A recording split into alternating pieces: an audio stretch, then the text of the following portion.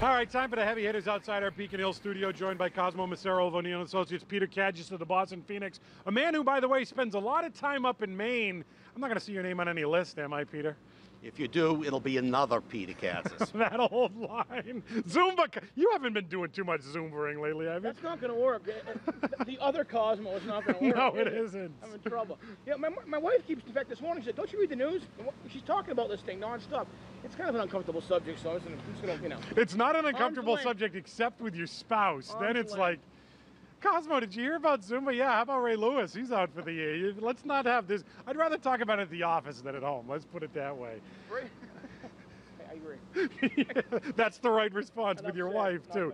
All right, let's have the laughing stop for a little bit. Maybe not, though, because we got a debate tonight, fellas. Debate number 2, Candy Crowley is anchoring it or moderating it. I don't believe she's been Zoomering lately.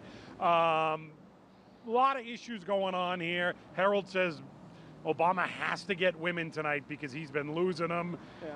What's the main focus for each of these guys? Number one, as long as nobody talks about sausage and pepperoni pizza, I'll be happy, because that whole thing. I thought you were going to tie that into Zumba, and I was a little worried there for a minute. Look, I expect, and I think I'll predict tomorrow the coverage too, but I expect that the president will come out real strong and swing. I expect tomorrow that will drive sort of the analysis, and later tonight drive the analysis that he had to come in, hit hard, be aggressive, because he wasn't in that first debate. I think Romney can play kind of the four corners defense here, pick his spots, and put in another solid performance. The president really has to come on strong and show that he's aggressive here. Four corners reference really dated. I don't know what that means. Peter, what are you looking for tonight? Well, what I'm looking for is Obama to do two things. One, reassure the base. Be engaged, be energetic. I mean, Cosmo kind of covered that. Secondly, he has to find a way to marginalize Mitt.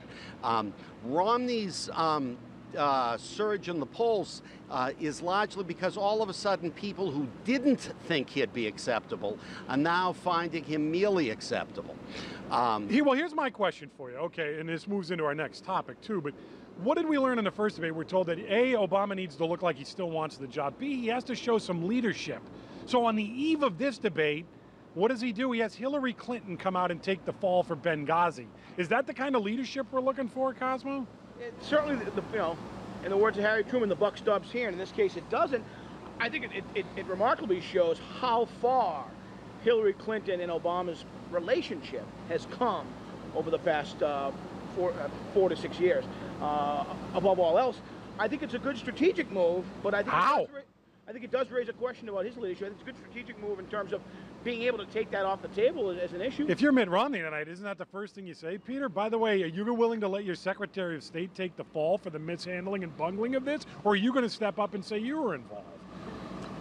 I don't know. I would. Think Hillary, I think Romney can risk trivializing this issue. Hillary's put a cap on it. Hillary isn't just anyone. She's any Secretary of State. But she's Hillary also Clinton. leaving, so there's no... But she's speaking credibly about what happened. This sets the president up for a Truman moment tonight, if he so chooses, and he ought to. I think it sets him up. He can one up her and say, Hillary's a hell of a woman. You know, I appreciate her standing up, but the failure ultimately rests on the shoulders of this That would be interesting if he said that, to see how the people respond to that and whether women eat that up or if they're turned off by it. I also think that the press is blowing, the press and the Republicans don't have this issue right.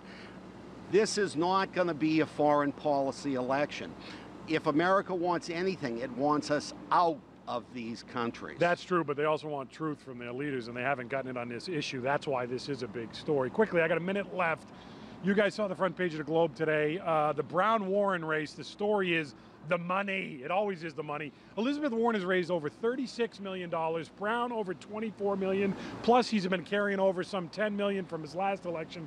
Are you guys surprised at all about these numbers, and what do they mean?